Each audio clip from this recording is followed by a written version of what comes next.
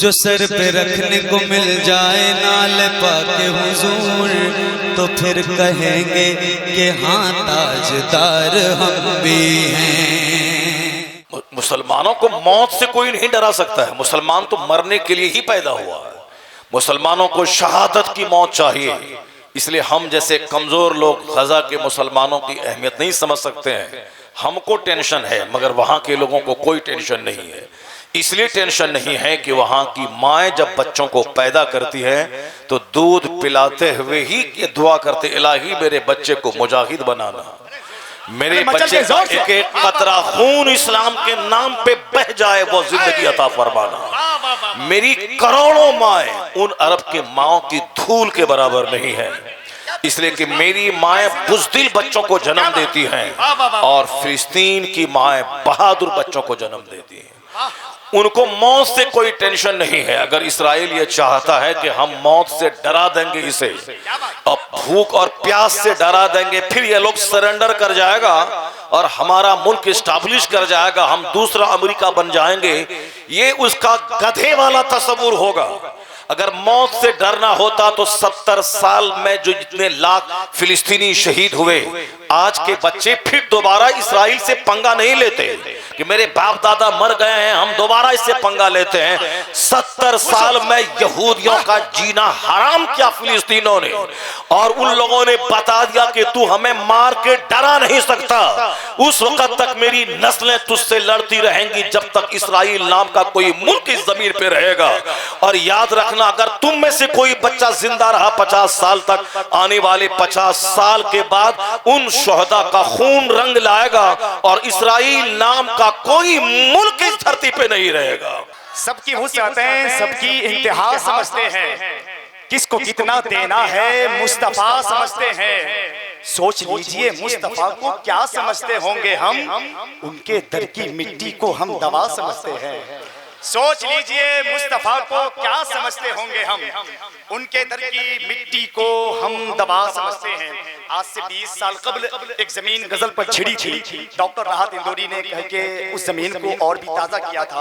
ये जमीन चली गई पाकिस्तान, पाकिस्तान में गजल से नात में तब्दील हो गई। तब्दील होने के बाद कई अरसे हो गए। यूनुस तहसीन इस दौर जदीद के पाकिस्तान का सबसे उभरता हुआ नौजवान शायर है। वो कहते हैं कि साहिबे हमद के अहमद की तरफ देखेंगे, जोर से कह लीजिए सुभान अल्लाह सुभान अल्लाह। साहिबे हमद के अहमद की तरफ देखेंगे, मसनदे सैयदे अमजद की तरफ देखेंगे। साहिबे हमद के अहमद की तरफ देखेंगे, मसनदे सैयदे अमजद की तरफ देखेंगे। आप जब अपने गुलामों में पुकारेंगे मुझे, बादशाह उठ के मेरे कद की तरफ देखेंगे। आप जब अपने गुलामों में पुकारेंगे मुझे, बादशाह उठ के मेरे कद की तरफ देखेंगे। जब कोई रहमते सरकार की हद है ही नहीं, सरफिरे होंगे जो फिर हद की तरफ देखेंगे। जब कोई रहमते सरकार की हद है ही नहीं, सरफिरे होंगे जो फिर हद की तरफ देखेंगे। आप अपने किस्मत के बेशुमार धनी है। हिंदुस्तान के उस खतीब को सुनने का एक गोल्डन चांस आपके हिस्से में आया है, जिसकी तारीख लेने के लिए लोग साल साल पहले से नंबर लगा के रखते हैं। ये अल्हम्दुलिल्लाह आप जितनी भी मुबारकबाद यहाँ पेश करें कम है आपके लिए। इतनी बड़ी जात, इतनी बड़ी शख्सियत जिसकी गुफ्तगू हिंदुस्तान की बड़ी बड़ी यूनिवर्सिटियों में हुआ करती है, पढ़े लिखे तबकों में हुआ करती है। 50,000 का मजमा हो, 1 लाख का मजमा हो, ये हिंदुस्तान के अल्लामा डॉक्टर मुफ्ती अलहाज अशाह मोहम्मद शहरयार रजा कादरी उस खतीब का नाम है, जो कि हिंदुस्तान के मुकम्मल 29 रियासतों में जिसकी तकरीर होती है, वो वाहिद खतीब अल्लामा डॉक्टर मुफ्ती शहरयार की जात। आप बड़े हल्के न मत लीजिए। हजरत ने अपना वक्त अगर कीमती आपको दिया है तो आपके समातों का दस्तरखान बिल्कुल बावजन होना चाहिए। दोनों हाथ उठाइए, लगे कि आमदे सरकारे खलीफा ताजुल शरिया है। एक माहौल बनाइए, दोनों हाथ उठा के नारे का जवाब दीजिए, नारे तकबीर। नहीं, और थोड़ी आवाजें आपकी बुलंद हो जाए, नारे तकबीर, नारे रिसालत, उलमाए अहले सुन्नत, खलीफा हुजूर ताजुल शरिया, नारे तकबीर, नारे रिसालत। अल्लाह तबारक तआला जिन्नात और फरिश्तों से कहा था कि मैं अपना खलीफा नाइब इस ज़मीन पे पैदा करने वाला हूँ, तेरी क्या राय है? उन लोगों ने कहा था कि ऐसे को आप पैदा करेंगे जो ज़मीन पर फितना फसाद करेंगे, खून रेजियाँ करेंगे, जंग करेंगे। तो अल्लाह ने कहा था जो मैं जानता हूँ वह तुम नहीं जानते हो, जो मैं जानता हूँ वह तुम नहीं जानते हो। तो चुनांचे अल्लाह तबारक व तआला ने इंसान को पैदा किया, जनाब आदम अलैहिस्सलाम को। फिर वहाँ से आदमी का एक सिलसिला शुरू हुआ और आज दुनिया की बहारें इस इंसान से हैं। खून रेजी तो हो रही है, अलग बात है, लेकिन यहाँ सजदा करने वालों की तादाद भी अरबों की तादाद में है। तो दुनिया के बने हुए करोड़ों साल हो गए, इंसान की इतिहास के 10,000 साल से ज़्यादा हो गए। तो इस बीच में मुसीबतें आती रहती हैं, जाती रहती हैं, कभी सुख, कभी दुख, कभी तकलीफ, कभी आराम होता है। तो आज हिंदुस्तान के सारे मुसलमान परेशान हैं, चूँकि हमारा भाई आज गम में डूबा हुआ है, हमारे भाइयों पे बम गिर रहा है। तो ये कोई नई बात नहीं है कि भाई पे बम गिर रहा है। जंग की तारीख कोई नई नहीं है। उसी फिलिस्तीन में जो अभी जंग है यहूदियों से, ये 75 साल पुरानी जंग है। इसमें कई लाख फिलिस्तीनी शहीद हो गए, कई लाख लोग। मरना तो सबको है, जो भी पैदा हुआ है सबको मरना है। अगर कोई जंग में नहीं मरेगा जिंदा, जैसे हम लोग नहीं मर रहे हैं, अभी हमारे ऊपर बम नहीं गिर रहा है, इसका मतलब ये नहीं है कि हम लोग सब दिन जिंदा रहेंगे। कोई जिंदा सब दिन रहेगा? बोलो तो सुभान अल्लाह, हाथ उठा के बोलो सुभान अल्लाह। सब लोग आप लोग जिंदा रह जाएंगे, आप फिलिस्तीन में नहीं हैं, आप गाजा पट्टी में नहीं है, तो क्या मतलब? तो आज आप इस गांव में हैं तो सब दिन जिंदा रहिएगा? कोई जिंदा नहीं रहेगा। अपने वक्त पे सबको मरना ही मरना है। जो भी पैदा हुआ है मरने के लिए ही पैदा हुआ है। इसको हमेशा इस पॉइंट को नोट कीजिएगा। जो भी पैदा हुआ है मरने के लिए ही पैदा हुआ है। जो भी घर बनता है वह टूटने के लिए ही पैदा हुआ है। जो भी कपड़े हम पहनते हैं वह सब पुराने होने के लिए ही बनते हैं। कोई चीज दुनिया की एक हालत पर नहीं रहती है, सबको मर जाना है। अब मर जब जाना ही है तो अब कोई आदमी शराब पी के मर रहा है, कोई आदमी शराब भट्टी में मर रहा है, कोई आदमी ताड़ी पी के मर रहा है, क्या बात? कोई आदमी बीमारी में एम्स में जाके एड़ी रगड़ रगड़ के मर रहा है। बहुत सारे लोग हिंदुस्तान से अमेरिका इलाज कराने के लिए जाते हैं, वहां से उसकी डेड बॉडी वापस आती है। ऐसा नहीं कि हम यहाँ ताजपुर से चले गए पटना पीएमसीएच में तो मेरा बाप बच जाएगा। ये तदबीर है। चलो यहाँ के डॉक्टर ने इलाज नहीं किया, हम पटना चले जा रहे हैं। पटना में इलाज नहीं हुआ, हम दिल्ली जा रहे हैं। एक तदबीर है। मगर ये नहीं कहा जा सकता है कि दिल्ली जाएंगे तो बाप बच ही जाएगा, ऐसा नहीं है। अगर यही बात है कि दिल्ली जाने के बाद लोग बच जाते हैं तो रोजाना 100 की तादाद में उसी एम्स से मुर्दा निकलता है। उसी एम्स से 100 डेड बॉडी रोजाना निकलती है। तो अगर एम्स में जाने के बाद आदमी बच जाता तो एम्स से डेड बॉडी क्यों निकल रही है?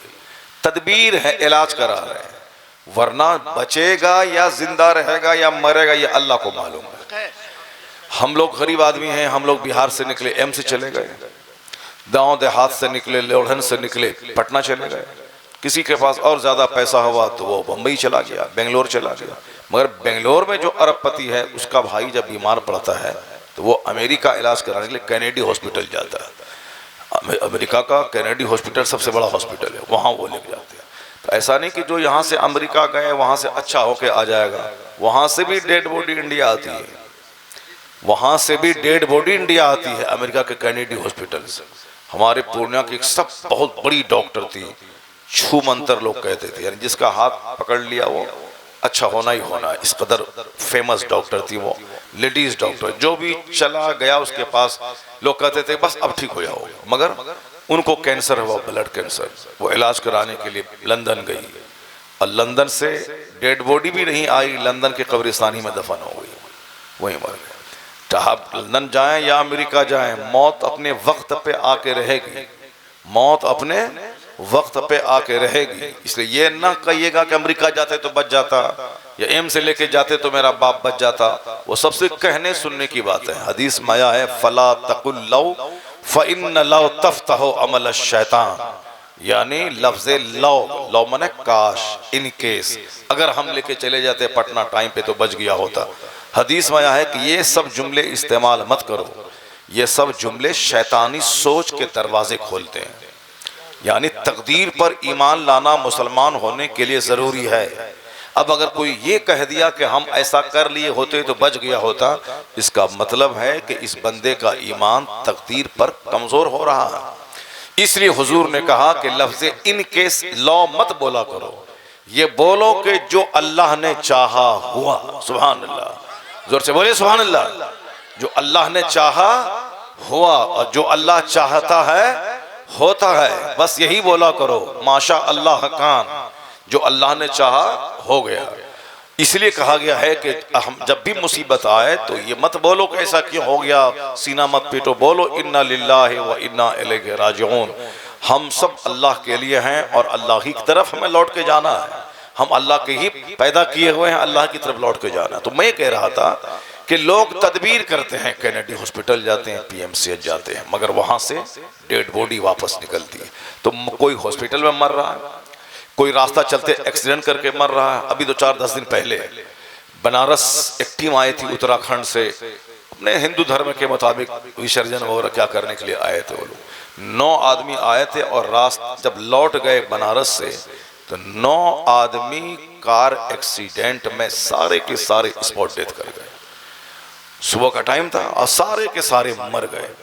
हमारे मौलाना साहब थे, मौलाना निज़ामुद्दीन साहब, बहुत बड़े खतीब, बहुत बड़े आलिम, अपने जवान बेटे के साथ कार से तकरीर करके लौट रहे थे। तकरीर करते थे 25, 30, 40 साल से, लेकिन जब मौत लिखी हुई थी तो जलसे से लौट रहे थे। अभी जलसा ख़त्म हो जाएगा तो लोग अपने घर लौटेंगे, तो बड़ा ख़तरनाक टाइम होता है ये। नींद आने लगती है सबको। हम लोग कभी कभी नींद आती है, सामने स्टेशन देख रहे हैं, अभी 4 दिन पहले स्टेशन देख रहे हैं, वह खड़गपुर आ रहा है, खड़गपुर उतर के फिर दूसरी गाड़ी पकड़ के भुवनेश्वर की तरफ जाना है, उड़ीसा, और आ रहे हैं टाटा की रांची की तरफ। सामने वह खड़गपुर है, अपना सामान वामान तय कर रहे हैं। उसी दरमियान आंख लगी, अब हावड़ा पहुंच गए। हावड़ा पहुंच गए तो आंख लगती है, बड़े खतरनाक टाइम होता है वो आंख, सुबह का टाइम। आंख लगी, कहाँ पहुंच गए? खड़गपुर।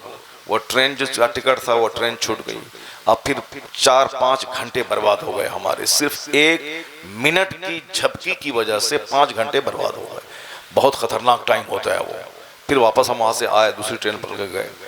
मौलाना निज़ामुद्दीन साहब, उनका जवान बेटा खुद ड्राइवर था, दूसरे ड्राइवर को नहीं लेते थे ताकि वो अनाप शनाप चलाएगा, खाएगा पिएगा, अपना बेटा रहेगा, वो बेटा भी मौलाना है तो ड्राइवर का खर्चा भी बच जाएगा, अपने घर में रह जाएगा, फिर जवान बेटा भी है। लेकिन बेटा को हल्की सी नींद आई, झपकी, दोनों बाप बेटा दोनों मौलाना स्पॉट डेथ कर गए, दोनों स्पॉट डेथ कर गए। तो कहने का मतलब है कि मरना तो सबको है। तो कोई एक्सीडेंट में मर रहा, कोई हॉस्पिटल में मर रहा, कोई रास्ता चलते हुए चक्कर आया वो मर गया, कोई आदमी हल जोतते हुए मर गया, कोई लड़ाई झगड़ा करते हुए मर गया। अभी एक आदमी खूब चिल्ला रहा था लड़ाई में, चिल्लाया, वो क्या दूसरे को डराएगा, वो चिल्लाया, ब्रेन हेमरेज क्या, वही गिरा, वही मर गया वो। तो इस तरह से मौत जिसकी जहां लिखी हुई है आती है। तो हॉस्पिटल में मरना, एड़ी रगड़ के मरना, बुढ़ापे में बिस्तर पे पेशाब पखाना करके मरना, ये सब और है। अल्लाह के नाम पे शहादत की मौत पाना और है। सुभान अल्लाह, सुभान अल्लाह के नाम पे शहादत की मौत, ये सबसे आला मौत है। इसलिए फिलिस्तीन के मुसलमानों पे बहुत ज्यादा टेंशन लेने की जरूरत नहीं है। यहूदी जो मरा सीधे जहन्नम पहुंचा, और जो मुस्तफा का गुलाम मरा सीधे जन्नत। नारे तकबीर, और ऊंची आवाज में नारे तकबीर, नारे रिसालत, मजहबे इस्लाम, मुसलमानाने इस्लाम, नारे तकबीर, नारे रिसालत। मुसलमानों को मौत से कोई नहीं डरा सकता है। मुसलमान तो मरने के लिए ही पैदा हुआ है। मुसलमानों को शहादत की मौत चाहिए। इसलिए हम जैसे कमजोर लोग गजा के मुसलमानों की अहमियत नहीं समझ सकते हैं। हमको टेंशन है, मगर वहाँ के लोगों को कोई टेंशन नहीं है। इसलिए टेंशन नहीं है कि वहाँ की माएँ जब बच्चों को पैदा करती हैं तो दूध पिलाते हुए ही ये दुआ करते, इलाही मेरे बच्चे को मुजाहिद बनाना, मेरे मचल बच्चे के का जोर से। एक एक कतरा खून इस्लाम के नाम पे बह जाए, वो जिंदगी अता फरमाना। मेरी करोड़ों माएं उन अरब के माओं की धूल के बराबर नहीं है, इसलिए कि मेरी माएं बुज़दिल बच्चों को जन्म देती हैं और फिलिस्तीन की माएं बहादुर बच्चों को जन्म देती हैं।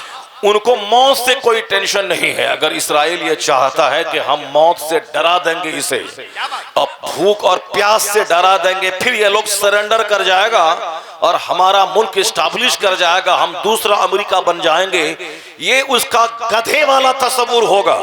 अगर मौत से डरना होता तो 70 साल में जो जितने लाख फिलिस्तीनी शहीद हुए, आज के बच्चे फिर दोबारा इस्राइल से पंगा नहीं लेते कि मेरे बाप दादा मर गए हैं हम दोबारा इससे पंगा लेते हैं।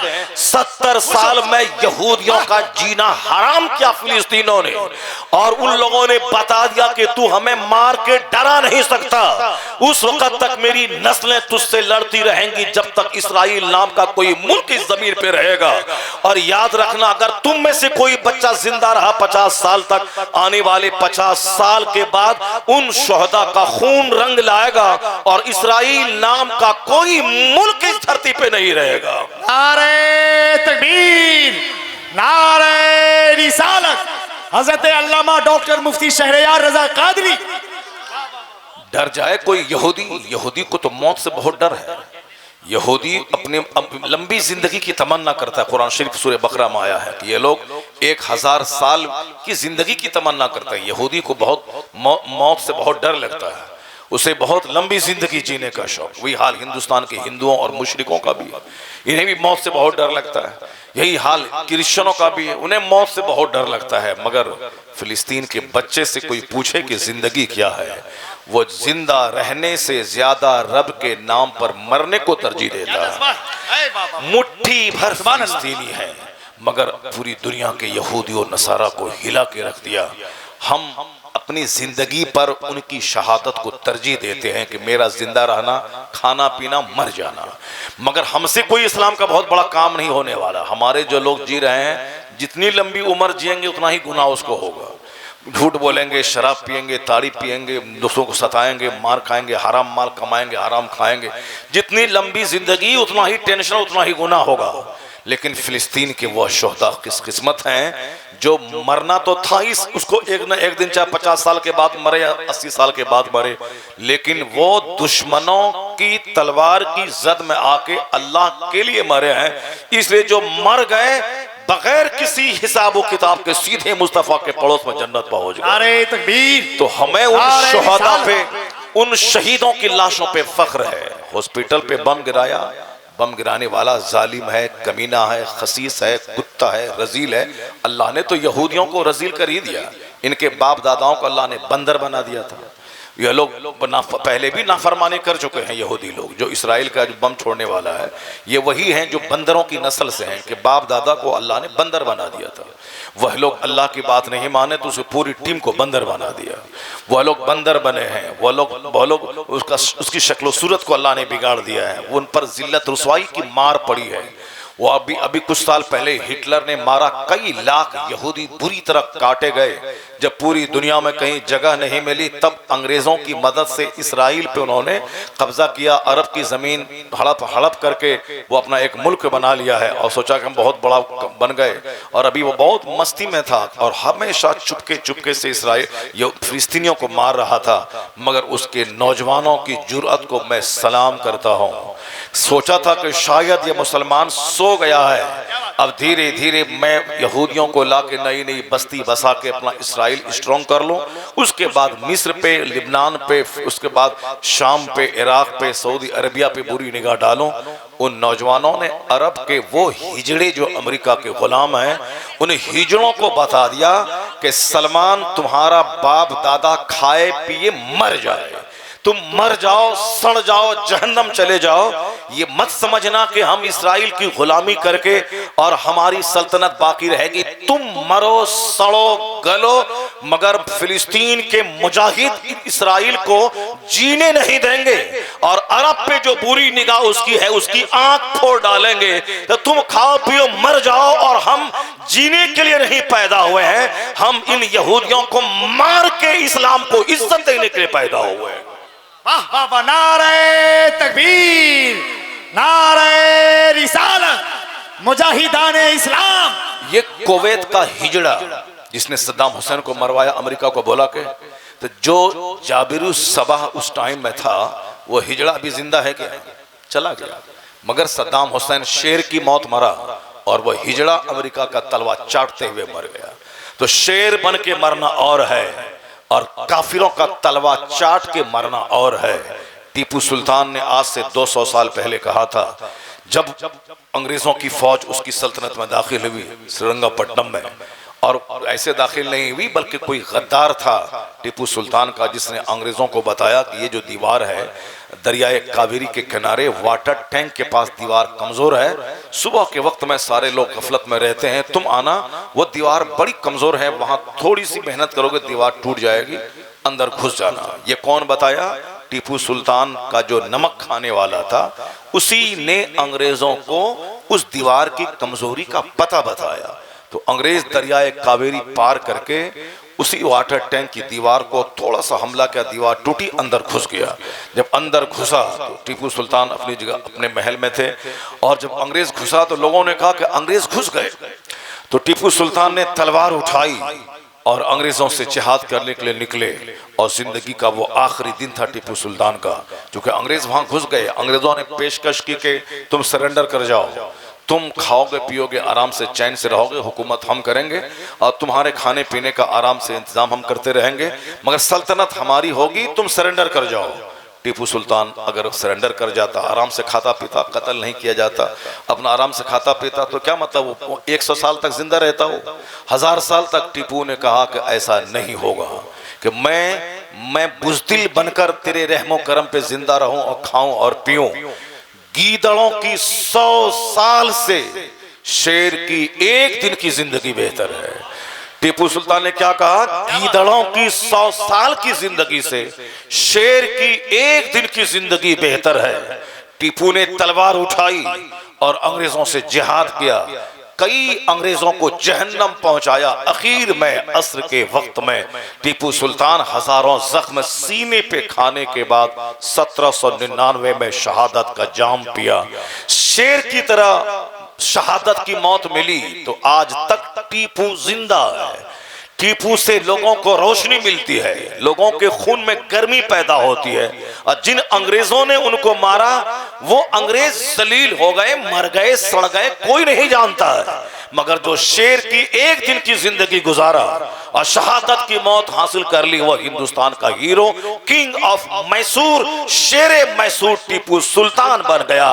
बुज़दिलों की तरह मरना और है, शेर की एक दिन की जिंदगी गुजारना। ये हम लोगों को लगता है कि फिलिस्तीन के लोगों पे बारिश हो रही, मर रहे हैं। अल्लाह तबारक व तआला उन मजलूम मुसलमानों पे रहम फरमाए। अलबत्ता हमें उनकी बहादुरी पे फख्र है कि 200 करोड़ मुसलमान दुनिया में हैं। अगर एक पत्थर सारे मुसलमान मार दें तो सारा इसराइल पत्थरों का पहाड़ बन जाएगा और सारे यहूदी उस पहाड़ में दब जाएंगे। मगर लोगों को कुर्सी की लालच है, लोगों को सत्ता की लालच है कि हमारे सत्ते पे उंगली ना आए, हमारा खतरे में ना पड़ जाए। इसलिए अरब में जो 25 से ज्यादा ममालिक हैं और पूरी दुनिया में 57 से ज्यादा ममालिक हैं, उन लोगों में से अक्सर लोगों को अमेरिका से डर लगता है। तो फिलिस्तीन के नौजवानों ने बता दिया, तुम डरो, तुम सत्ता के मोह में जियो, मगर हम लोग तो मरने के लिए ही पैदा हुए हैं। क्यों? हुजूर ने कहा है कि एक गिरोह मेरी उम्मत का कुफ्र से लड़ता रहेगा यहां तक कि उसका आखिरी दस्ता दज्जाल के साथ जंग करेगा और ये हमेशा गालिब रहेगा। इसको कोई दुनिया की कोई ताकत इसको दबा नहीं पाएगी। पूछा गया, हुजूर वह कौन सा गिरोह होगा, कहां का होगा? हुजूर ने कहा, बैतुल मक़दिस के आसपास वह गिरोह रहेगा और वह हमेशा गालिब रहेगा। इसलिए हमें फिलिस्तीनियों की बहादुरी पे नाज है कि तेरी बहादुरी का इशारा मुस्तफा जाने रहमत ने किया है। और अगर इसराइल का, अमेरिका का टैंक अगर तुझे मार सकता था तो 70 साल पहले ही मार दिया गया होता, मगर हुजूर ने कहा है कि एक गिरोह हमेशा गालिब रहेगा, इसलिए एक गिरोह हमेशा गालिब रहेगा, काफिरों को मारता रहेगा, इस्लाम को इज्जत दिलाता रहेगा। आने वाले वक्त में मुस्तफा की बशारत पे हमें यकीन हासिल है कि जिस दिन मुसलमान जाग गए और वह मुजाहिद की आने वाली नस्ल, और जिस दिन पूरी ताकत लगा दी, इस्राइल नाम का सारा मुल्क खत्म हो जाएगा और हर दरख्त और हर घर में मुस्तफा का कलमा पहुंच जाएगा। नारे तकबीर, नारे रिसालत, मज़हबे इस्लाम। नर्वस होने की कोई जरूरत नहीं है। वो खबीस मरदूद जुल्म कर रहा है, सारी दुनिया देख रही है, और फिर हमारे लोग सब्र कर रहे हैं, सारे लोग देख रहे हैं। मैंने कहा कि शहादत की मौत पाना बहुत बड़ा शरफ है, ये सबको नहीं मिलता। अल्लाह ताला जिससे मोहब्बत और दोस्ती करता है उसे ही शहादत की मौत अता फरमाता है। और एक बात तो ये हो गई, उन शहीदों की किस्मतें आला हैं जो दीन के नाम पे मौत उनको मिल रही है। हॉस्पिटल में एड़ी रगड़ के मरना और है, अल्लाह के नाम पे गोली खा के मरना और है। उन बहादुरों के हिस्से में ये मौत आई है। मरना तो था ही, अगर वो आज जिंदा रह भी जाता 50 साल के बाद फिर भी मरना था उसको, लेकिन ये मौत, शहादत की मौत, क़यामत तक हिंदुस्तान की तारीख में इज्जत की निगाह से देखी जाएगी। आने वाली नस्लें उनको सराहेंगी, उनकी माओं को जिसने ऐसी औलाद पैदा की। अगर हमको यहाँ तकलीफ पहुँचे, इस गाँव लेवडन में तकलीफ पहुँचे, तो मालूम है आपको, अगर यहाँ तकलीफ पहुँचेगी बार बार तो हमारी माँ क्या बोलेगी, गाँव छोड़ के भाग जाओ, गांव छोड़ के भाग जाओ। अगर बिहार में तकलीफ होती है तो लोग कहते हैं कि बिहार छोड़ के भाग जाओ। बहुत सारे लोग बिहार छोड़ के भाग गए, दिल्ली चले गए, पंजाब चले गए, वहाँ सुकून है, पीस है, चले गए। और बहुत सारे लोग पंजाब और दिल्ली से छोड़ के बम्बई चले गए, बहुत सारे बम्बई वाले लंदन चले गए। लोग मुल्क छोड़ के जा रहे हैं। अभी कोरोना काल में बहुत सारे लोग हिंदुस्तान से पलायन करके ऑस्ट्रेलिया चले गए। जिनके बच्चे इंजीनियर बनने के लिए ऑस्ट्रेलिया गए, वहीं जॉब करने लगे, 10 लाख महीना कमाने लगे, वहाँ की शहरियत उनको मिल गई, तो बाप माँ को भी इंडिया से बुला लिया कि हिंदुस्तान में प्रोसेशन है, जुलूस है, नारेबाजी है, मार धाड़ है, मजहब के नाम पर जुलूस निकलता है, मुसलमानों के मकान पे कीचड़ फेंका जाता है, कभी न कभी दंगा फूटता है, लोग मरते हैं। चलो ऑस्ट्रेलिया आ जाओ, यहाँ सुकून है, अमेरिका आ जाओ, यहाँ सुकून है। बहुत सारे इंडिया के लोग पलायन करके वहाँ चले गए। यहाँ टेंशन है, वहाँ सुकून है। 70 साल से जहाँ बम गिर रहा है और जहाँ मुसलमानों की ज़मीन पे यहूदी हाथिया के कब्जा किया हुआ है, वो माँ बहन तो कहती कि यहाँ लड़ाई हो रही है, यहाँ से पलायन करके इराक चले जाओ। यहाँ कब बम गिरा दे इसराइल के यहूदी, चलो यहाँ से छोड़ करके हम लीबिया चले जाएं, सऊदी अरब चले जाएं, फलां जगह चले जाएं। उन माओं की इस्तिकामत को सलाम कीजिए कि बम गिरने के बावजूद वह फिलिस्तीन छोड़ने का मशवरा अपने बाल बच्चों को नहीं देती हैं। क्यों? वह जानती हैं कि रूए जमीन पर 3 ही खित्ता ऐसा है जिस पे खुदा की खुसूसी रहमतें नाजिल होती हैं। एक है मक्का शरीफ जहाँ काबा है, और एक है मदीना जहाँ मुस्तफ़ा आराम कर रहे हैं, और तीसरी जगह है वह फिलिस्तीन जो नबियों रसूलों की सरजमीन कही जाती है। वह जमीन जो जनाब इब्राहिम अलैहिस्सलाम की सरजमीन है, जो जनाब इस्माइल जनाब इसहाक अलैहिस्सलाम की सरजमीन है, जहाँ हजारों अंबिया कराम की आराम गाहें जिस शहर में, वह फिलिस्तीन के इर्द गिर्द जिसके बरकतें अल्लाह ने रख दी है।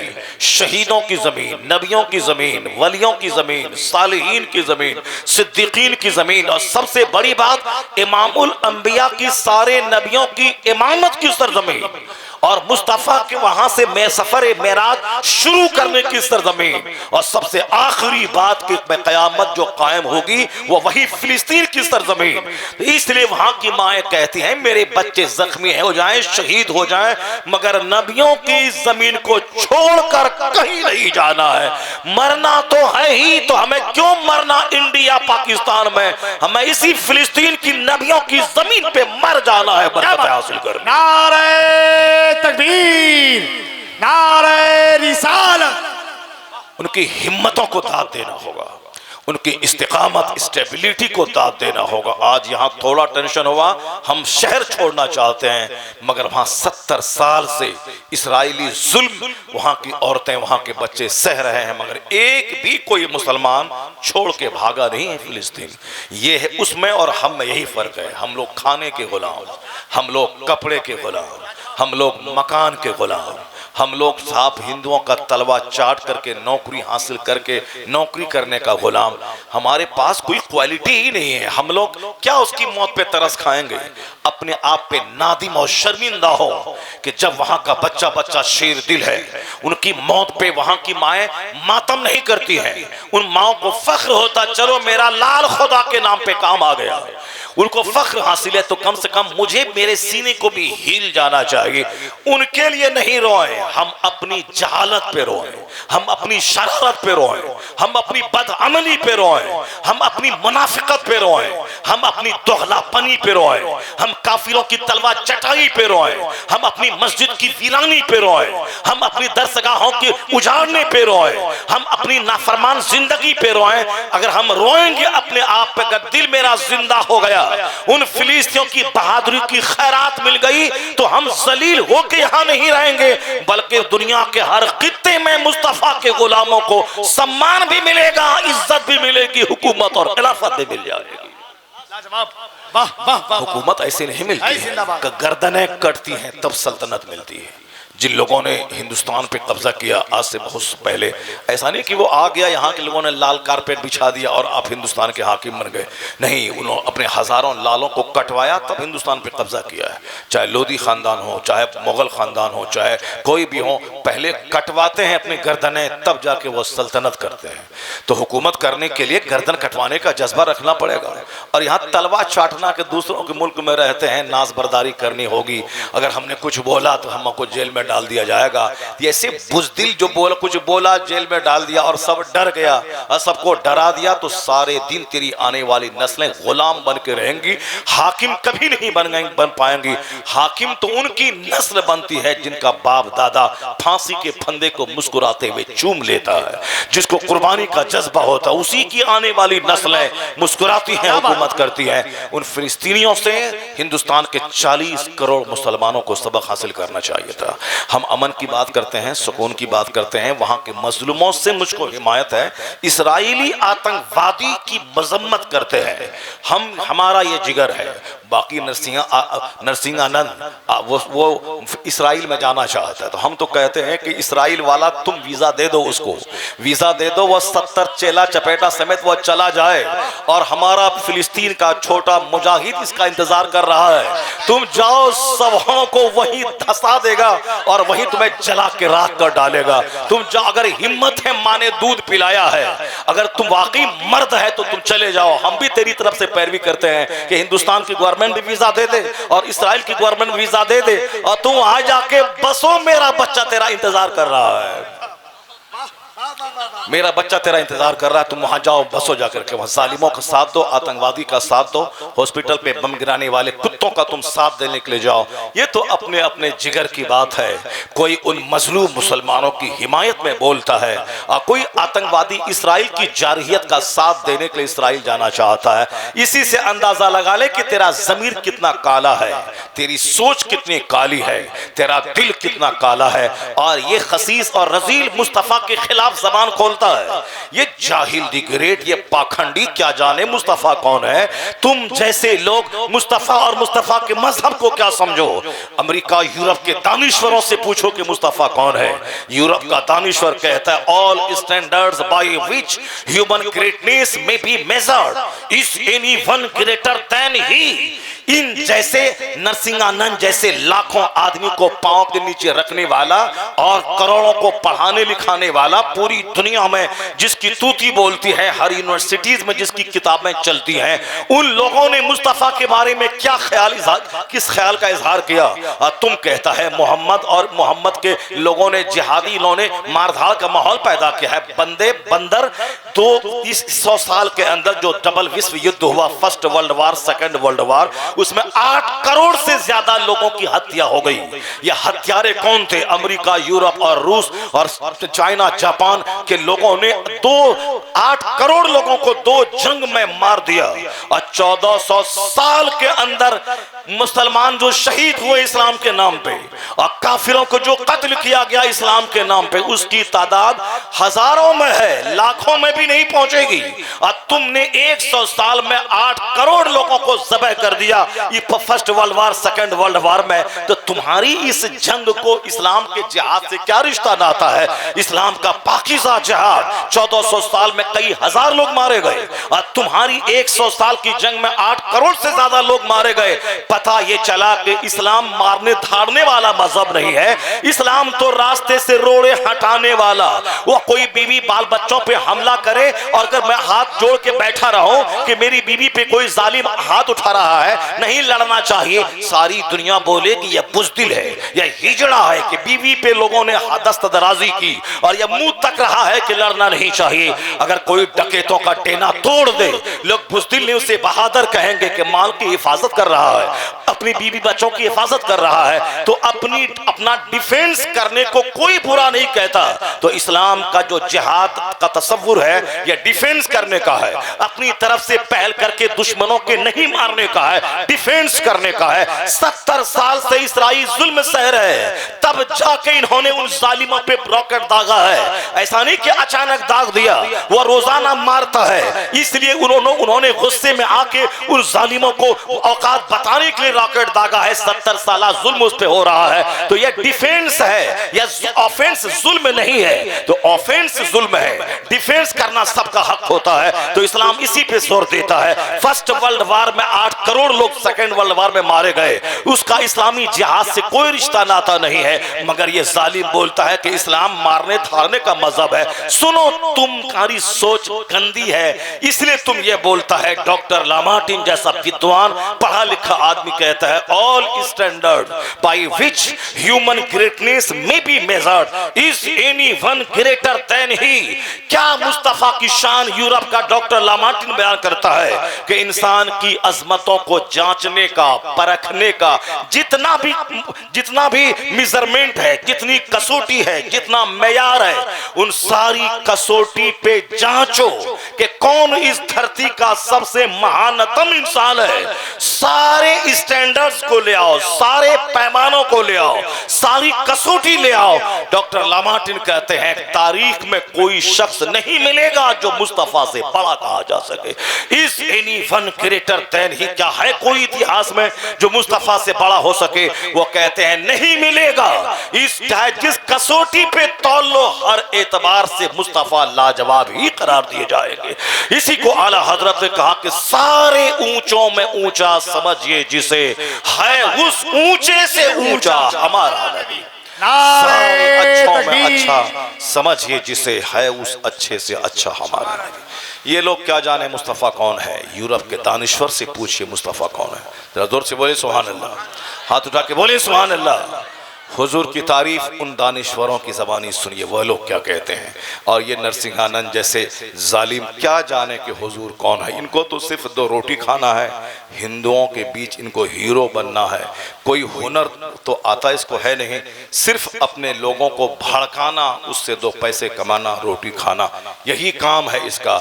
बाकी मुस्तफ़ा कौन है, हम इनकी ज़बानी क्या सुने। यूरोप का दानिश्वर बर्नार्ड शा कहते हैं, he must be called the saviour of humanity if a man like him were to assume the dictatorship of the modern world, he must succeed in solving its problems.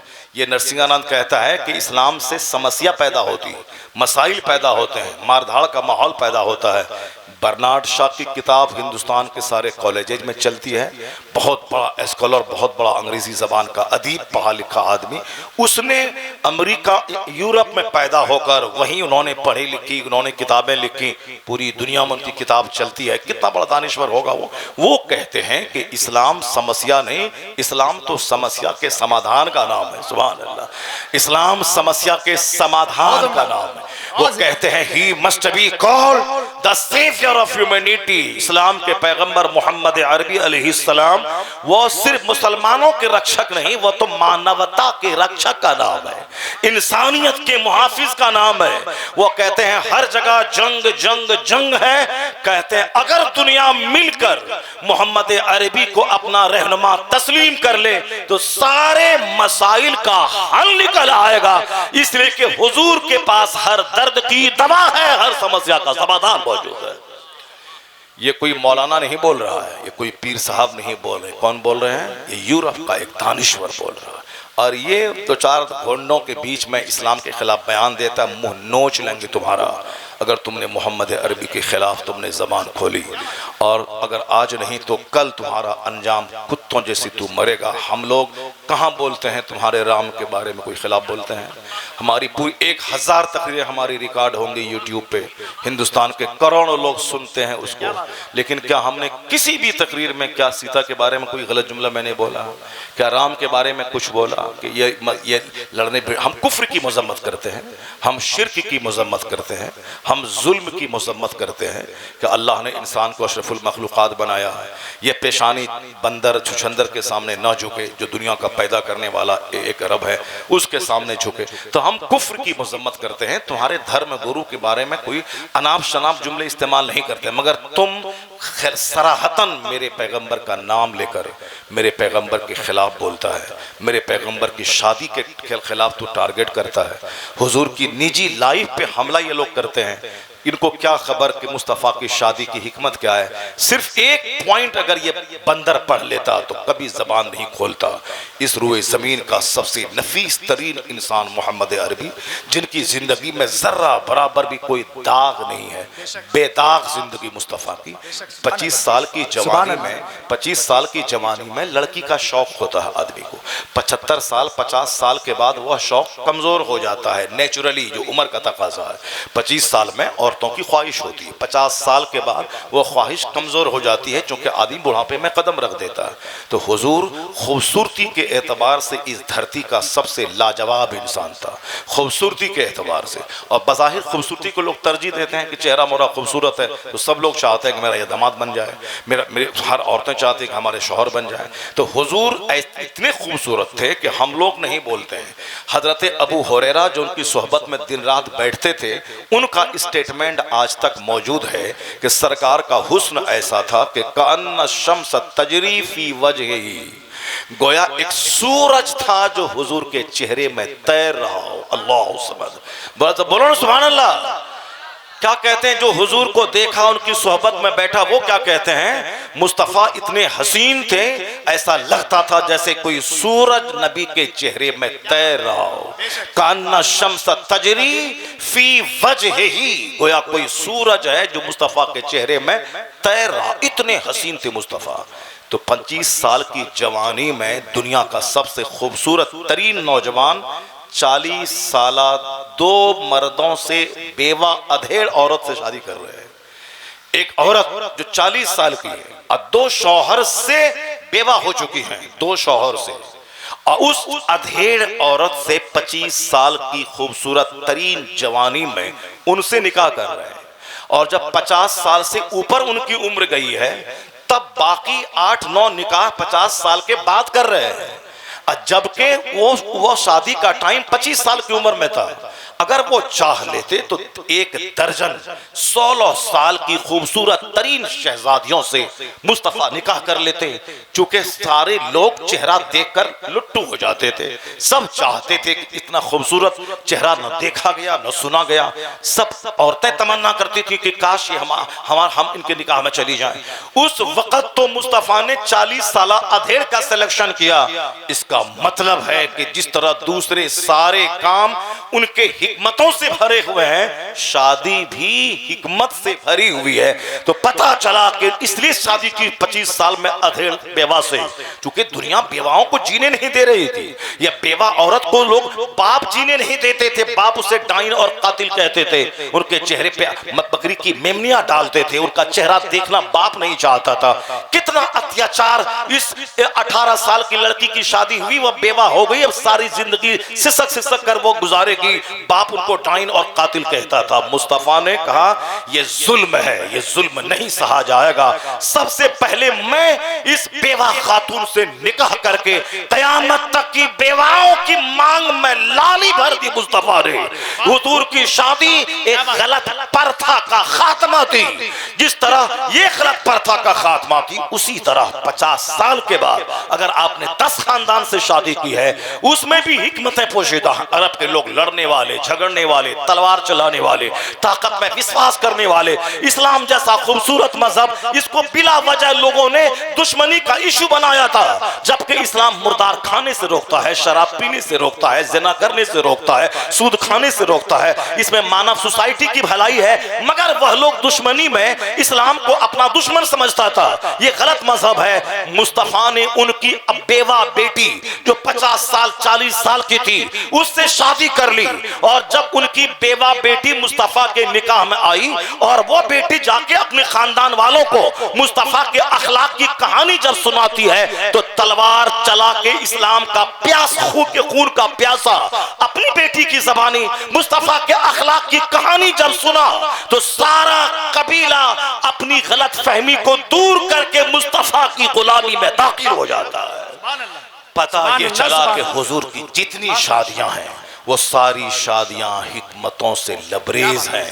चूंकि आज भी दुश्मनी को मिटाने के लिए रिश्तेदारी अहम रोल रखती है, और यही अहम रोल मुस्तफा ने अरब में निभाया था। जो खानदान से हुजूर जुड़ जाते थे, वो सारा खानदान इस्लाम की दुश्मनी छोड़कर इस्लाम ले आता था।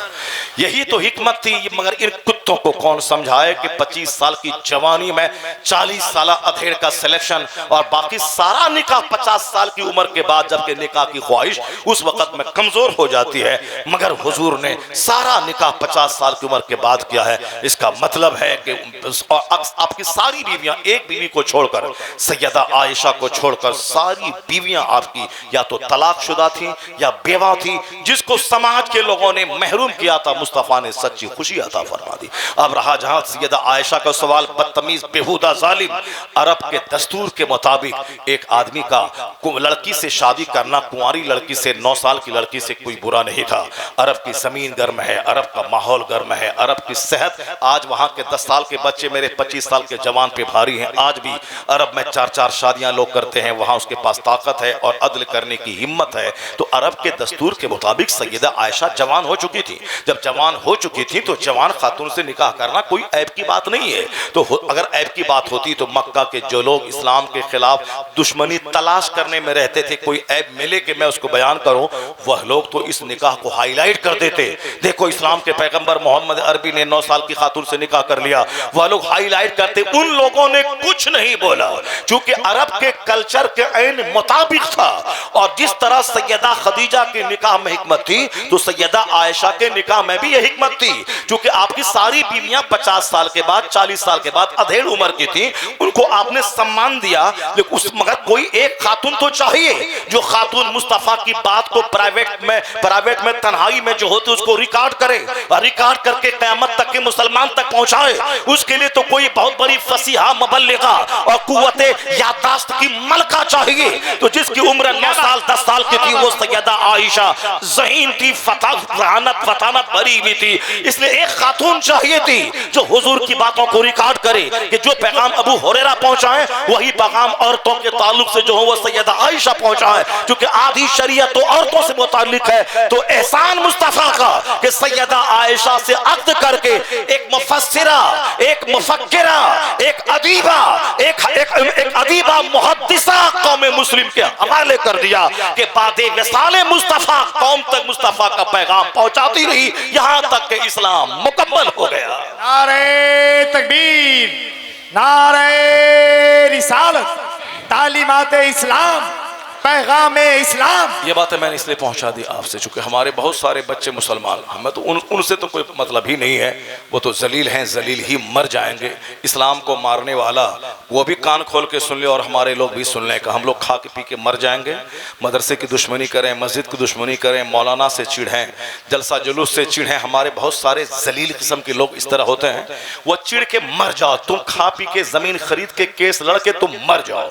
इस्लाम के बारे में ये मत बोलना कि इस्लाम का क्या होगा, अपनी फिक्र करके तेरा क्या होगा, तुझ बदतमीज का क्या होगा, तुझ शराबी का क्या होगा, तुझ बेनमाजी का क्या होगा। एक वक्त की नमाज छोड़ना हराम और गुनाह कबीरा है, तेरा क्या होगा। शराब पीना हराम है, तुझ शराबी का क्या होगा। इस्लाम का क्या होगा। इस्लाम आज आया है क्या, 1400 साल इस्लाम के हो गए। मक्का का पहला दिन के 4 लोगों ने कलमा पढ़ा था और इस्लाम की दुश्मनी बढ़ी तो 4000 लोगों ने कलमा पढ़ लिया। फिर आगे 4 लाख लोग दुश्मन हो गए इस्लाम के, तो 4 करोड़ लोगों ने कलमा पढ़ लिया।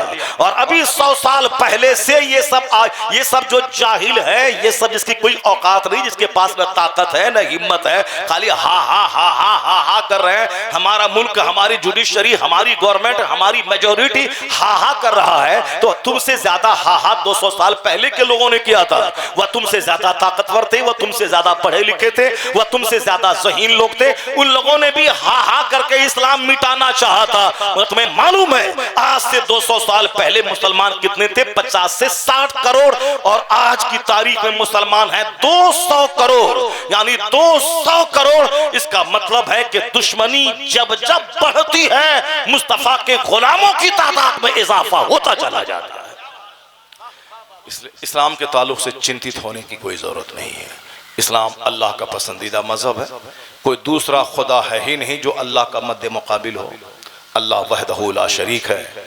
वो देखता है कि जब दुनिया में जुल्म अत्याचार बढ़ता है तो कोरोना नाम का छोटा सा कीड़ा भेज देता है। अब बगैर तलवार के कई करोड़ों लोग मौत के मुंह में पहुंच जाते हैं।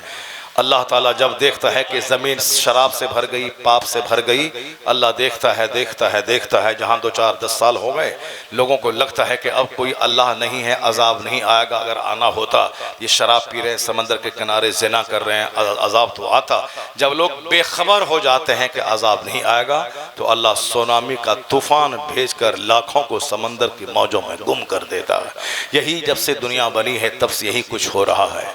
कहीं ज़मीन हिलती है, सारा गांव ज़मीन में धंस जाता है, कहीं सुनामी का तूफान आता है, सारे लोग समंदर की मौजों में गुम हो जाते हैं। तो अल्लाह है, वही सारी कायनात चला रहा है। इसलिए मुसलमान गम मत खाएं, क्योंकि दुनिया में टेंशन है, दुनिया में मुसीबतें हैं, रात है तो दिन है, सुख है तो दुख है। तो अब हुजूर ने जीने का तरीका बताया है। क्या तरीका है? कुरान शरीफ में एक आयत आई है ना, वलनबलुवन्नकुम बिशैइन मिनल खौफ वलजू वनक्सिम मिनल अमवाल वल अनफुस वस्समरात।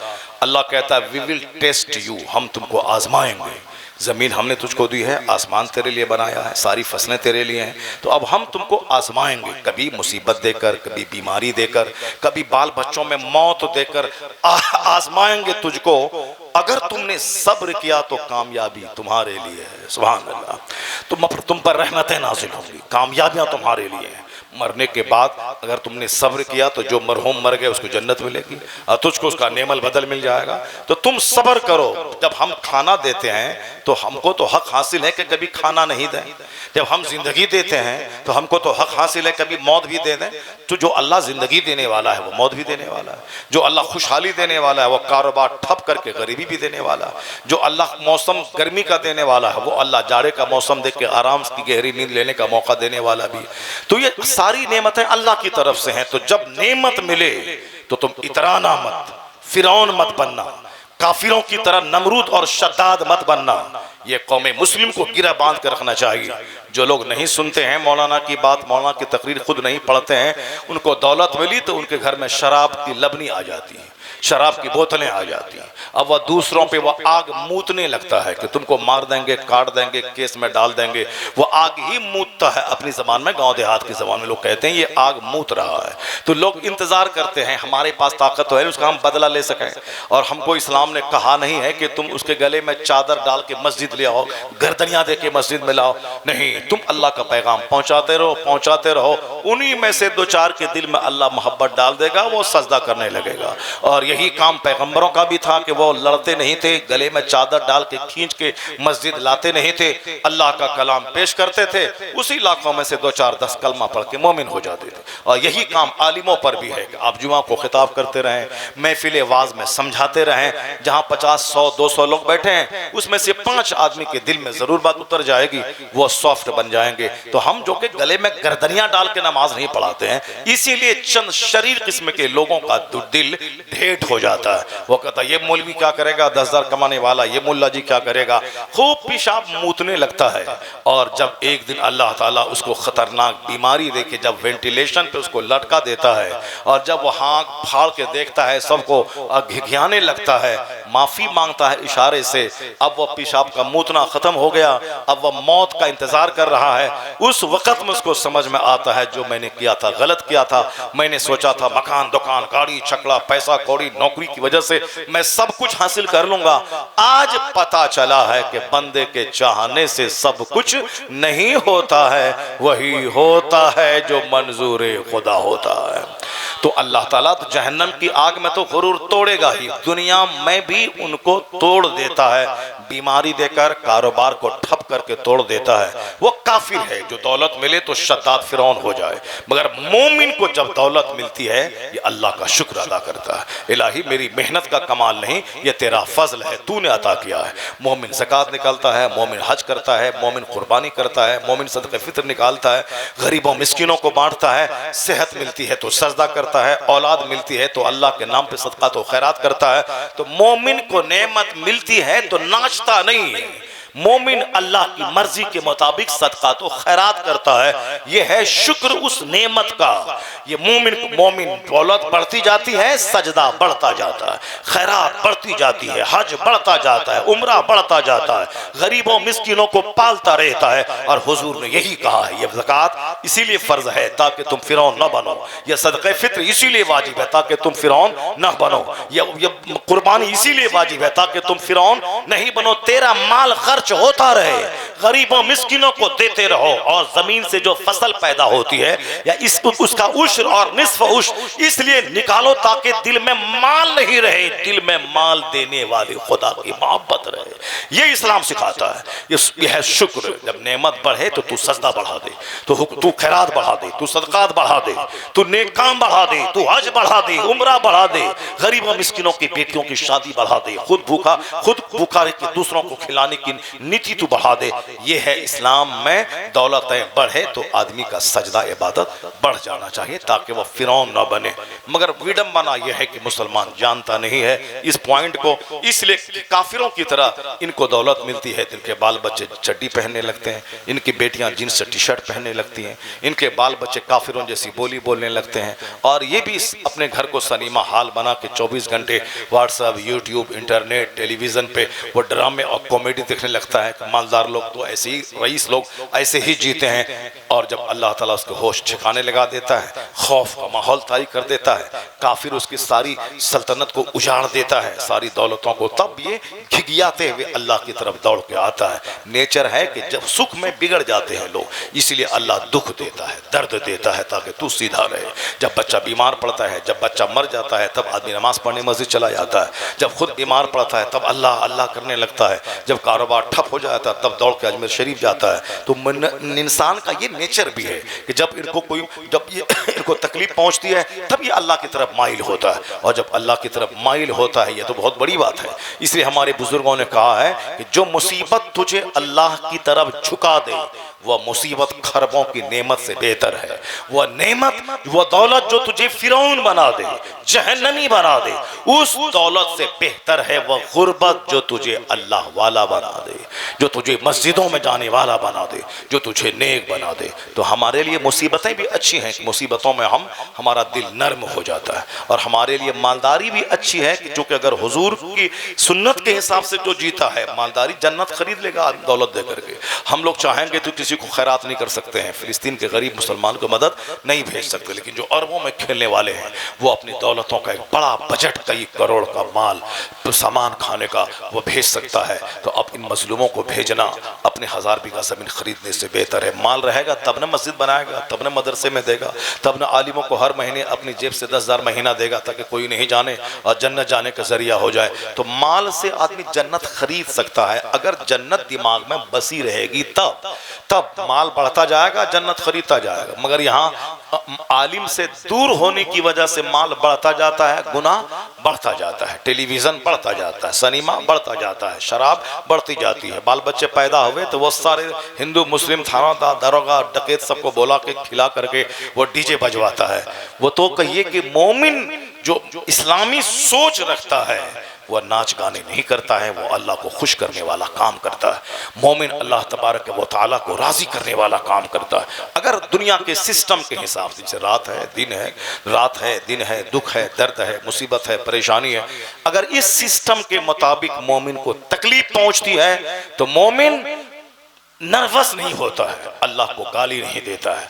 मोमिन सब्र और खामोशी की जबान इख्तियार करता है।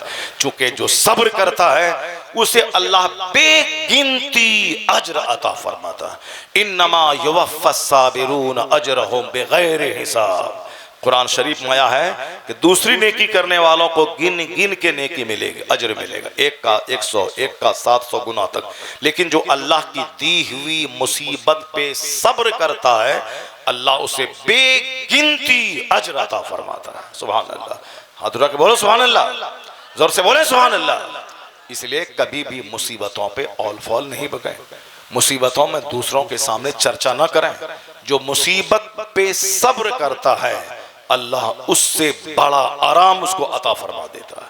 और जो आराम में अल्लाह को याद करता है, जैसे खूब नेमत है, कोई टेंशन नहीं है, बाल बच्चे अच्छे, घर मकान गाड़ी छकड़ा दुकान सब है, ये खूब इबादत कर रहा है, तो आया है किताब में कि खुशहाली के दिन में तुम अल्लाह को याद करो और जब तुम संकट में पड़ोगे तो खुदा तुम्हें याद करेगा। जब तुम संकट में पड़ोगे तो खुदा तुम्हें याद करेगा। यहाँ खुशहाली के दिन में अगर कोई अल्लाह को भूल गया तो तुम मुसीबत में पड़ोगे तो अल्लाह तुझे छोड़ देगा, तन्हा छोड़ देगा। जाओ तुम समझते रहो। इसलिए हमारे लिए मुसीबतों में मोमिन बने रहने के लिए भी दीनी इल्म ज़रूरी है और नेमतों के हुजूम में भी मोमिन बने रहने के लिए दीन और सुन्नत और शरीयत सीखना ज़रूरी है। इसीलिए हर मौके से तकरीर होती है, वाज होता है, दीनी गुफ्तगू होती है। क्यों? ताकि मेरा दिल सीधा रहे। दौलतमंद बन के कैसे रहें, हुजूर ने क्या कहा, गुर्बत में कैसे जिए, हुजूर ने क्या कहा, और जब जंग का माहौल हो तो कैसे जिए, हुजूर ने कहा है। तो इसलिए अभी जब माहौल जंग का बन रहा है पूरी दुनिया में, तो ऐसे माहौल में बुज़दिली अच्छी नहीं। अल्लाह से सजदा बढ़ा दें, नमाज बढ़ा दें, दुआ बढ़ा दें। हम यहाँ से फ़िलिस्तीन वाले को पानी नहीं भेज सकते हैं तो हम तौबा करें, ये बोलें इलाही मैं बेनमाजी हूँ इसलिए मेरे भाई पे अज़ाब नाजिल हो रहा, मैं ताड़ी शराब पीता हूँ इसलिए मेरे भाई का घर जल रहा, मैं नमाज मस्जिद को उजाड़े हुआ हूँ इसलिए मेरे भाई पे दुश्मन बम बरसा रहा। अब मैं तौबा करता हूँ, अब मैं नमाज नहीं छोड़ूंगा, अब मैं झूठ नहीं बोलूँगा, अब मैं शराब नहीं पीऊँगा, अब मैं नेक बनूँगा। तुम सच्ची तौबा अपने इस इलाके में, अपने गांव में करो। 1,00,000 टन पानी से जो वहाँ फ़ायदा ना होगा, तेरे सजदे तेरी दुआओं से फ़िलिस्तीन के मुसलमान को फ़ायदा पहुँच जाएगा। इसलिए कि ये दुआएं अनसीन पावर बन के वहाँ पहुँचती, चूँकि अल्लाह ही आराम देने वाला।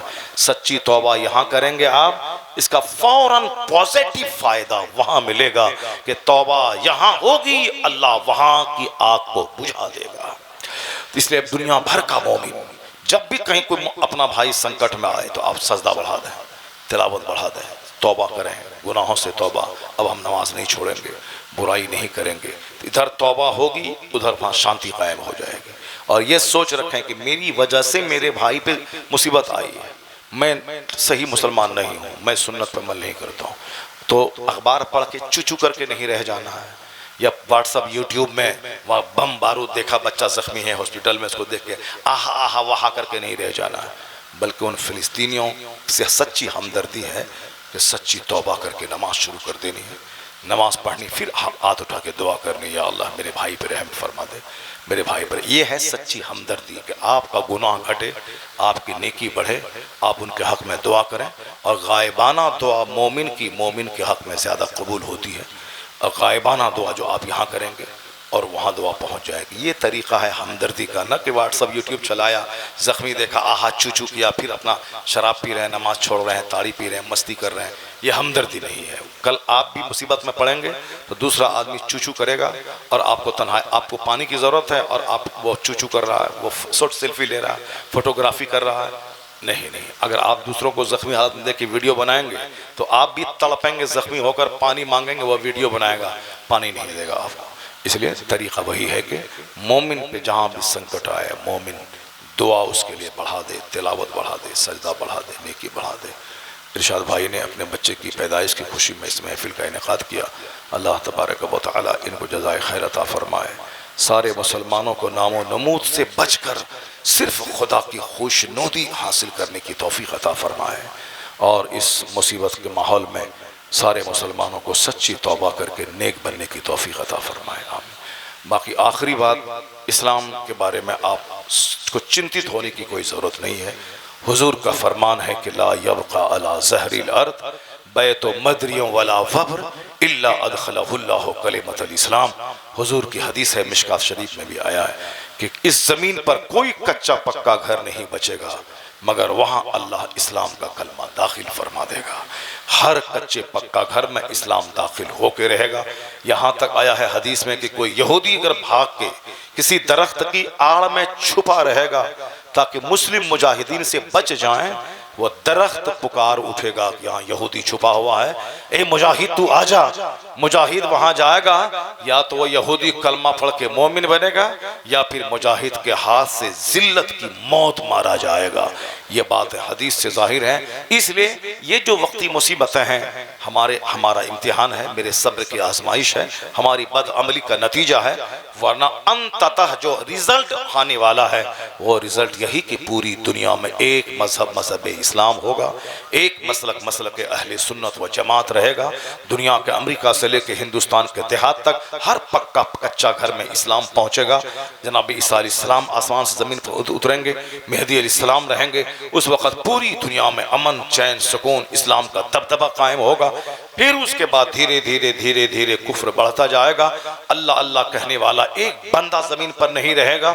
उस वक़्त में क़यामत उन शरीरों पे कायम हो जाएगी, वही दुनिया का विनाश होगा। फिर उसके बाद दोबारा अल्लाह सबों को जिंदा करके हिसाब किताब लेगा। फिर जो मोमिन होंगे, अच्छे काम करने वाले होंगे, हिसाब किताब के बाद जन्नत जाएंगे। जो काफिर होंगे वह सब के सब घसीट कर जहन्नम में डाले जाएंगे। मौत को ज़बह कर दी जाएगी। अब आग में जलते रहो सदा, अब बाग में टहलते रहो सदा। मौत, दुनिया में तकलीफ बढ़ी तो मौत आ गई, अब यहाँ मौत ही नहीं है। हमेशा चीखते पुकारते रहो और जन्नती हमेशा फल खाते रहो, ऐश करते रहो सोने चांदी के मकान में। तो अब यहाँ तो 100 साल में हम उकता गए, मगर वहाँ तो अब खरबों महासंख्यों हमेशा के लिए जन्नत, हमेशा के लिए जहन्नम। इसलिए इस सोच में रहें कि मकान दुकान गाड़ी छकड़ा कुछ मिले ना मिले, ईमान सलामत रहे, अच्छा काम सलामत रहे, ताकि खरबों की जन्नत अल्लाह हमारी तकदीर में लिख दे। वरना दुनिया में अगर डीएम भी बन गए, प्रधानमंत्री भी हम बन गए तो कितने दिन तक, 100 साल के अंदर ही, 100 साल के बाद मौत आएगी, फिर जाना है वो वहीं जाना है, उसी दुनिया में जाना है। तो यहाँ प्रधानमंत्री रहिए कि पूरे हिंदुस्तान का राजा रहिए, सोने का घर बना लीजिए, अंजाम मौत है, सारी चीजें छोड़ के जाना है। तो यहाँ का सारा ऐश आराम 100 साल के अंदर का है, और मरने के बाद का जो दिन है वहाँ का एक दिन 50,000 साल के बराबर होगा। और वहाँ सदा आग है तो आग है, सदा बाग है तो बाग है। इसलिए हुजूर ने हमेशा हर मौके से कहा, असल इज्जत वहाँ की, असल आराम वहाँ का, असल तकलीफ वहाँ की। इसलिए हमेशा मोमिन जब वहाँ के बारे में सोचेगा तो दुनिया में पुख्ते का घर रहे कि मिट्टी का घर, दोनों बराबर है। किराए का घर रहे कि अपना घर, दोनों बराबर है। वो बिरयानी खाता है कि सूखी रोटी खाता है, दोनों बराबर है। नजर आखिरत और जन्नत पे रहे तो दुनिया का सारा गम बंदा भूल जाएगा, और नजर जहन्नम के अजाब पर रहे तो बंदा दुनिया की सारी तकलीफ को भूल जाएगा। इसलिए कुरान पाक का सबसे बड़ा टॉपिक आखिरत और जन्नत है। हुजूर की हदीस का सबसे बड़ा टॉपिक आखिरत और जन्नत है। इसी को हमने छोड़ दिया, नतीजे में मारे मारे फिर रहे, चेहरा सूख रहा है, परेशान हाल है। यहाँ भी परेशान, मरने के बाद तो जो हाल होगा तो होगा ही। जो दुनिया में मेहनत मशक्क़त करके आराम नहीं हासिल कर सका और जन्नत की तैयारी यहाँ नहीं किया, तो फिर ऐसा थोड़ी होता है कि आम लगा के उसमें सेब निकल जाए, लगा दें गेहूँ और वहाँ से बासमती चावल हो जाए। नहीं, दुनिया मज़रातुल आखिरा, ये दुनिया आखिरत की खेती है। यहाँ जो मेहनत नहीं करेगा उसके घर में धान नहीं जाएगा। उसी तरह जो यहाँ मेहनत करके नमाज रोज़े हज व ज़कात नहीं करेगा, ऐसा नहीं है कि यहाँ लगा दे धान और निकल जाए बासमती चावल गेहूँ, वहाँ से निकल आए, लगाए आम और निकल जाए सेब। जब यहाँ ऐसा नहीं होता है, वहाँ भी ऐसा नहीं होता है। दुनिया में खुशहाल रहने के लिए मेहनत करनी होगी और जन्नत जाने के लिए भी इसी दुनिया में मेहनत करनी होगी। रोजी चाहिए तो दुकान खेत जाना होगा, जन्नत चाहिए तो मस्जिद जाना होगा। सुभान अल्लाह। जब यहाँ घर में बैठे हुए दुकान से 1 करोड़ का माल नहीं आ सकता है, यहाँ घर में बैठे हुए जन्नत भी नहीं मिल सकती है।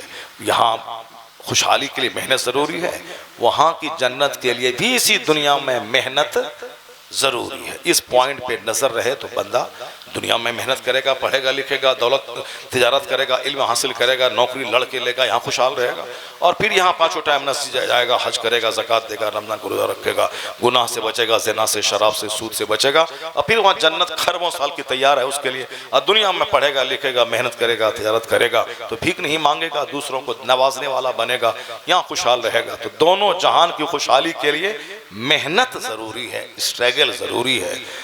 बगैर मेहनत के न दुनिया मिलने वाली है और न आखिरत मिलने वाली है। दोनों जहान की खुशहाली का राज इसी में है कि यहाँ खुशहाली चाहिए, स्ट्रगल ज़रूरी है, वहाँ जन्नत चाहिए तो भी स्ट्रगल ज़रूरी है। दोनों को कामयाब बनाने का यही टाइम है, क्रीम टाइम जवानी का। बचपन में तो खेल धूप है, बुढ़ापे में तो 1 दर्जन बीमारी है, घुटना गया, टखना गया, पेट गया, दांत गया, आँख गया। ये जवानी का जो क्रीम पीरियड है, इसी पीरियड में मकान, दुकान, गाड़ी, छकड़ा, ज़मीन, जगह, बच्चों को पढ़ाना, शादी ब्याह, खुशहाली, सब इसी जवानी में ही मेहनत का नतीजा मिलेगा। और वहाँ जन्नत जाने के लिए भी जवानी ही मेहनत करनी पड़ेगी। बचपन में तो नमाज रोज़ा फ़र्ज है नहीं, अब बुढ़ापे में तो चाह करके भी आदमी 1 रात सजदा कर नहीं पाएगा। जवानी ही में बंदा 6 घंटे, 7 घंटे, 8 घंटे मस्जिद में रह के सजदा भी करेगा, खूब खैरात भी करेगा, नमाज भी पढ़ेगा, रोज़ा भी रखेगा। बस यही जवानी। और उसी जवानी को मेरे बच्चों ने गुटखा खाने, जोकर की तरह बाल बनाने, मोबाइल चलाने, सिगरेट पीने, आवारा चौक चौराहे पे दलान पे बैठने, अब इसकी सब नष्ट कर दिया। बचपन तो खेल और जवानी को गुटखा खा के नष्ट बना दिया। और बुढ़ापे में तो बीमारी और इलाज के लिए पैसा भीख मांगने के अलावा कोई रास्ता नहीं है। यानी पूरी 100 साल की जिंदगी 1 मिनट की बर्बादी के नजर हो गई। कामयाबी चाहिए कि जवानी में एक एक लम्हा कीमती है, उसका सही इस्तेमाल करना है। तो नज़र मुस्तफ़ा पे रखनी होगी, मुस्तफ़ा पे नज़र रखनी होगी, हुजूर की ज़िंदगी से नूर हासिल करना होगा और ये कहना होगा, सरकार चमक तुझसे पाते हैं सब पाने वाले, मेरा दिल भी चमका दे चमकाने वाले, बरसता नहीं देखकर अब्र रहमत, बदों पर भी बरसा दे बरसाने वाले। अल्लाह ताला हमको और आपको सबों को इसी दुनिया में रहकर दुनिया की खुशहाली और आखिरत की जन्नत पाने के लिए मेहनत करने की तौफीक अता फरमाए।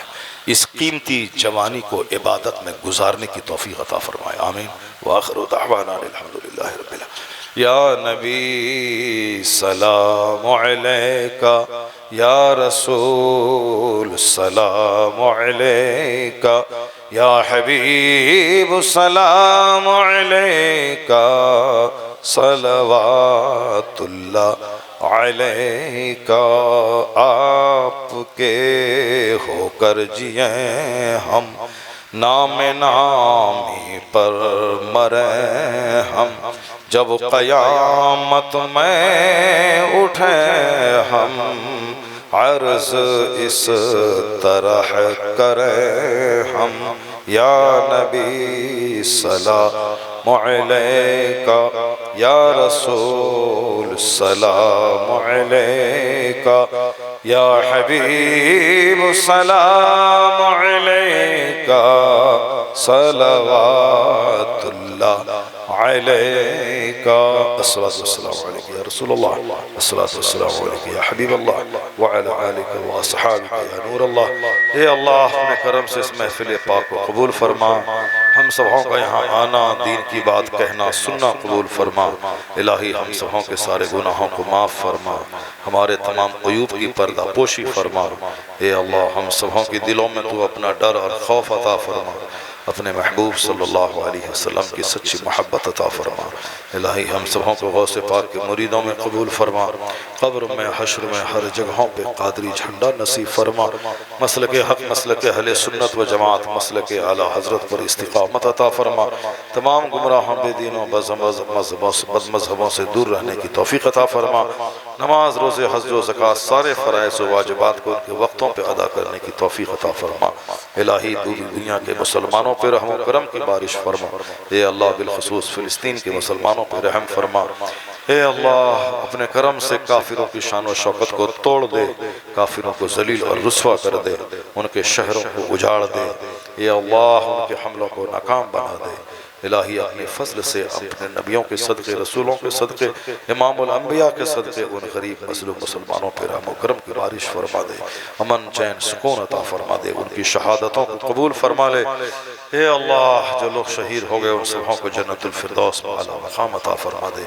जो लोग मौजूद हैं उन्हें सब्र जमील अता फरमा दे, उन्हें अपने करम से अपने फजल से मुसीबतों की कीचड़ से महफूज फरमा दे। ए अल्लाह खुसूसी नुसरत और फतह अता फरमा दे, खुसूसी मदद अता फरमा दे, अपने महबूबीन के सदक़े उन पर खुसूसी नुसरत अता फरमा दे। पूरी दुनिया में इस्लामी निज़ाम हुकूमत अता फरमा दे। उस निज़ाम हुकूमत के हासिल करने के लिए हमें जद्दोजहद की तौफीक अता फरमा दे। ए अल्लाह अपने फजल से हम सबों के खेत खलियान में दुकान में बरकतें अता फरमा दे, सेहत व तंदुरुस्ती अता फरमा दे, तमाम बीमारियों से शिफाए कामिला आजिला अता फरमा दे। जिसके दिल में जो जायज़ और नेक तमन्नाएं हैं सबको पूरी फरमा दे। या अल्लाह हमारे मुजीब भाई का भांजा बीमार है कलकत्ता में हॉस्पिटल में, मौला सरकार गौसे पाक के सदक़े उनको शिफाए कामिला आजिला अता फरमा दे, उन्हें शिफाए कामिला आजिला अता फरमा दे। हम में जो भी भाई बीमार हैं सबों को शिफाए कामिला आजिला अता फरमा दे। हमारे इरशाद भाई के बच्ची और बच्चे उन्हें सेहत तंदुरुस्ती अता फरमा दे, इनके कारोबार की सारी रुकावटों को दूर फरमा दे। उन्होंने जो कुछ किया मौला अपने करम से अपने फजल से हम सबों को माफ़ फरमा दे, हम सबों को रोज़ी में बरकतें अता फरमा दे, रिज़्क़ हलाल की फरावानी अता फरमा दे, रिज़्क़ की तंगियों से बचा दे। जितने भी उलमा कराम मौजूद हैं सबों को सेहत व आफ़ियत तंदुरुस्ती अता फरमा दे, खूब खूब इनको इज़्ज़तें अता फरमा दे, मसलक आला हज़रत की धूम मचाने की तौफ़ीक़ अता फरमा दे। रब्बना तक़ब्बल मिन्ना इन्नका अंतस समीउल अलीम व तुब अलैना इन्नका अंतत तव्वाबुर रहीम। अल फ़ातिहा।